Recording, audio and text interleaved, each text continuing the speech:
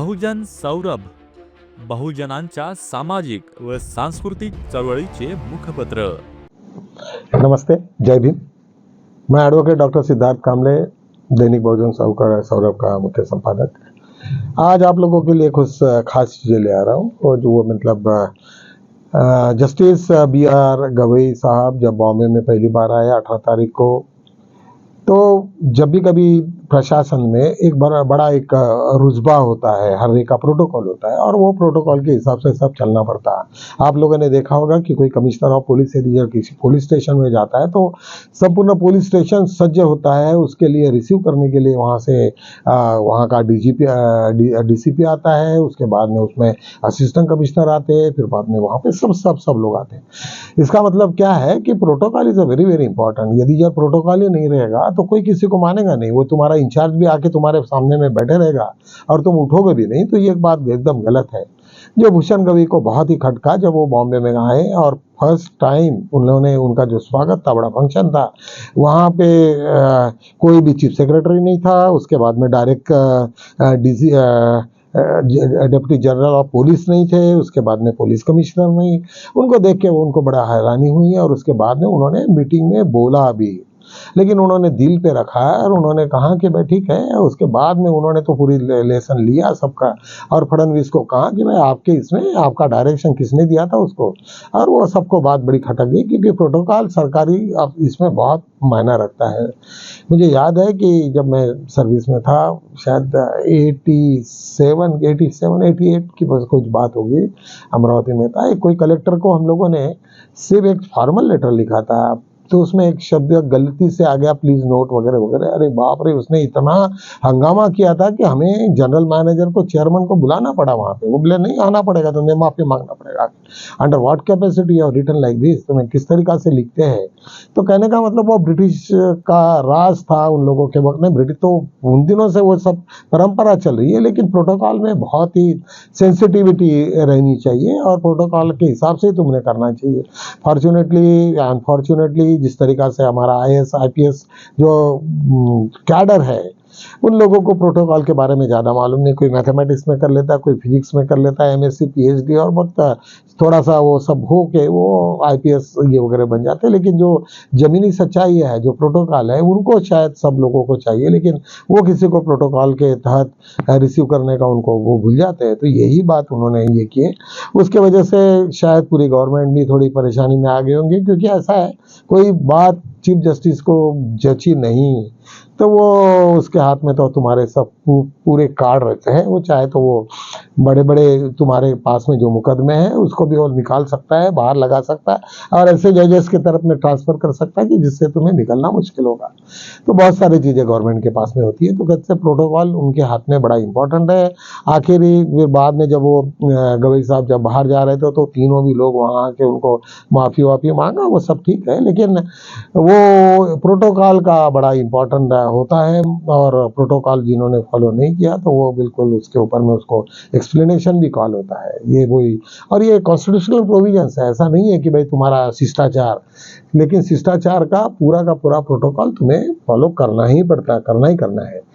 तो चलो हम लोग और कुछ इम्पोर्टेंट इसके ऊपर में चर्चा करेंगे। सभी आज यूट्यूबर्स के ऊपर में जयशंकर का जो स्पीच आया और जिस तरीका से उन्होंने पाकिस्तान को जो इंफॉर्मेशन दी और जिसके तहत हमारे बहुत सारे लोग मर गए, हमारे बहुत सारा नुकसान हुआ, उस चीज़ों के ऊपर में सभी लोगों ने अलग अलग ढंग से अलग अलग अपना विश्लेषण किया है। सभी लोगों ने पढ़ा होगा, बहुत सारे विश्लेषण का आपको मालूम है करके मैं अभी कोई उसको रिपीट नहीं करूँगा। लेकिन जो भी हुआ वो अच्छा नहीं हुआ और जिस तरीका से उनको पहले से तुमने अवगत कराया, तो वहाँ पे टेररिस्ट लोग काय के लिए रहेंगे। जो टेररिस्ट स्पॉन्सर्ड पाकिस्तान यदि जब हम उसको बोलते हैं तो निश्चित रूप से वो तो सतर्क होकर भग जाएंगे।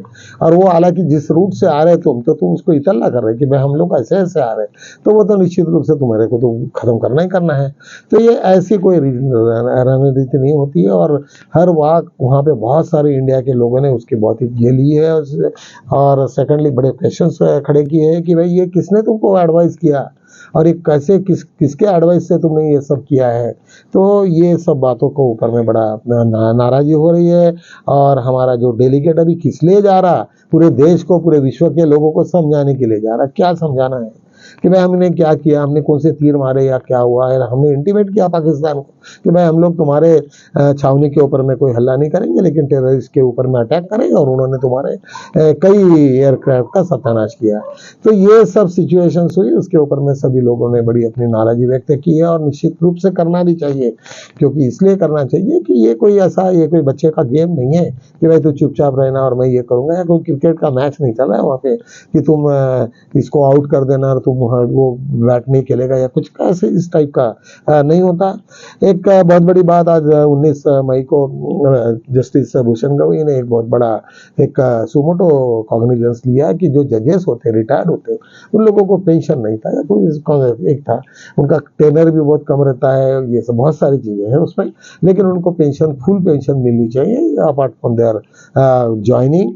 और जो इतना उन्होंने काम किया, ये रात दिन वो काम करते हैं, तो उनके ऊपर में उनका मुबदला उनको प्रॉपर होना चाहिए करके उन्होंने एक टाइम स्केल भी बनाया, उसको पर्टिकुलर इसमें लॉ इसमें डाला, और गवर्नमेंट को उसने डायरेक्शन दिया कि ये जितने भी हमारे हाई कोर्ट और सुप्रीम कोर्ट के जजेस हैं उन लोगों को तुमने सम्मान के साथ में उसको पेंशन देना चाहिए। और बहुत बड़ा तो कोई ये नहीं है, अभी थोड़ा सा कोई ऐसे बहुत करोड़ों का ये नहीं होता है, छोटा सा ये आएगा उसमें, लेकिन उन्होंने काफ़ी ये किया। एक दूसरा मसला हमारे यहाँ पे आजकल हर घर में या जहाँ पे भी जिसमें डिस्प्यूट हुआ वहाँ डोमेस्टिक वायलेंस का ये लगता है, और सेक्शन 12(1) में डोमेस्टिक वायलेंस एक्ट 2005 का बड़ा सख्त कानून है, जिसकी वजह से नॉन अवेलेबल है, और नॉन अवेलेबल होने की वजह से आदमी बड़े परेशान हो जाते हैं। इन दिनों में तो यहाँ तक हो रहा है कि लड़के लोग डरने लग गए कि भाई ऐसा ना हो कि हमारी पूरी ज़िंदगी, अच्छी ज़िंदगी जो चल रही वो सब बर्बाद हो जाएगी, क्योंकि डोमेस्टिक वायलेंस एक्ट 2005 का यदि लग गया तो वो बेल भी नहीं होती, उसका काफ़ी बड़ा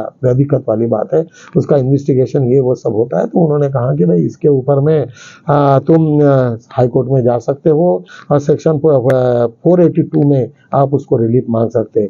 पहले 2016 में वो ये प्रोविजन नहीं था, उन लोगों को सब प्रूव करना पड़ता था और बहुत सारे दिक्कतें थी, तो वो अभी दिक्कतें खत्म हो जाएंगे। जस्टिस ओका एंड जस्टिस उज्जवल भुयान, ये दोनों भी जजेस ने ये किया। इसके पहले ही जो जजमेंट हुए थे उसको अपहेल्ड किया उन्होंने कि वो ठीक है, वो जो उस वक्त की सिचुएशन के हिसाब से होगा, लेकिन उसको हम लोग अमेंड करते हैं और उसको ये प्रॉपरली ढंग से उसको ये किया है। एक दूसरा मसला हमारे यहाँ पे आया है कि बाय प्रोडक्ट्स जो है तुम्हारे यहाँ, जैसे अभी सोयाबीन है, सोयाबीन का जनरली क्या करते हैं कि केक बनाते हैं और उसके बाद में उसको क्रश करके, और हमारे यहाँ से इंडिया से सबसे ज़्यादा कोई एक्सपोर्ट होता होगा विदेशों में, क्योंकि वहाँ पे पिग फार्मिंग है, पोल्ट्री फार्मिंग है, डेयरी फार्मिंग है, उसके बाद में गोट फार्मिंग है, तो हर जगह पे वहाँ पे हाई प्रोटीनस केक चाहिए रहते हैं। और हमारे यहाँ का प्रोटीन लेवल बहुत अच्छा है, क्योंकि यहाँ का वेदर भी है, ड्राई रहता है, और ड्राई रहने की वजह से पूरे इंटरनेशनल उसकी डिमांड है। तो उसमें से हमारा बाय प्रोडक्ट जो निकलता है उसमें से जो है तो ऑयल निकलता है। ऑयल में उसमें फिर अलग अलग इंडस्ट्रीज उसको अलग अलग पर ये करती है, उसमें कॉम्बिनेशन के साथ में अलग अलग इंग्रेडिएंट के साथ में उसको फिनिश करके उसको बेचते हैं। तो कोर्ट के सामने में मसला है तो इसको एग्रीकल्चर प्रोड्यूस कहने का कि इंडस्ट्रियल प्रोडक्ट कहना है। तो फिर बाद में इस ये नतीजे पे पहुंचे कि ये सब इंडस्ट्रियल प्रोडक्ट्स है, और इंडस्ट्रियल प्रोडक्ट होने की वजह से ये एग्रीकल्चर्स में नहीं आएंगे।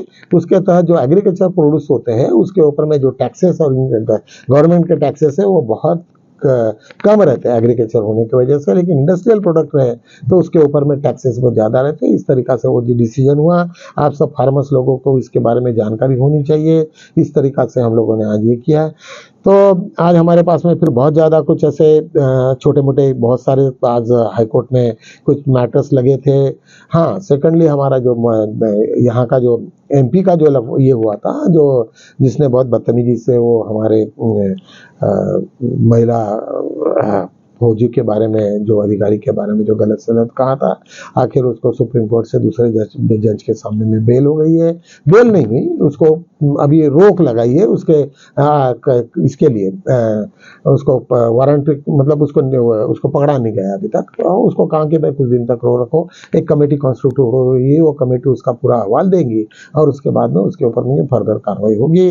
तो इस प्रकार से आज हमारे ऑल ओवर इंडिया की जो भी न्यूज़ें थी, जो महत्व की न्यूज़ थी, वो हमने आपके साथ में शेयर किया है। निश्चित रूप से हम लोग कल आपको फिर दोबारा मिलेंगे, तब तक के लिए जय जय।